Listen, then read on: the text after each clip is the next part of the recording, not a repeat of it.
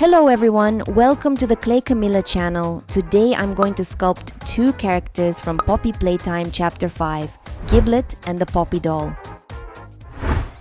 But first, a small challenge for the most attentive viewers. In the last video, none of the subscribers managed to correctly count how many times Catnap's head appeared. So today you have another chance to be featured in the next video. Leave a like, subscribe to the channel, and watch the video carefully. Your task is to count how many times Doey's head appears in this video. The first 10 people who write the correct answer in the comments will be featured in the next video. And now, let's get started. Now I'm going to try sculpting one of the new characters from Poppy Playtime Chapter 5, a plush dog named Giblet. While I'm sculpting, I'll tell you a little about him, and at the end we'll see how well I managed to recreate him from clay. If you like the result, write in the comments which character from this game I should sculpt next.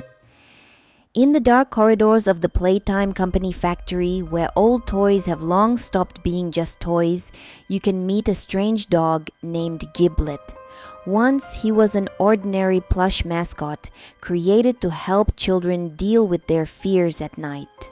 Small and soft, with burgundy fur and a fluffy collar around his neck, he looked like a brave little friend who was always there. He has big expressive eyes, a small heart-shaped black nose, and a wide smile with a funny pink tongue.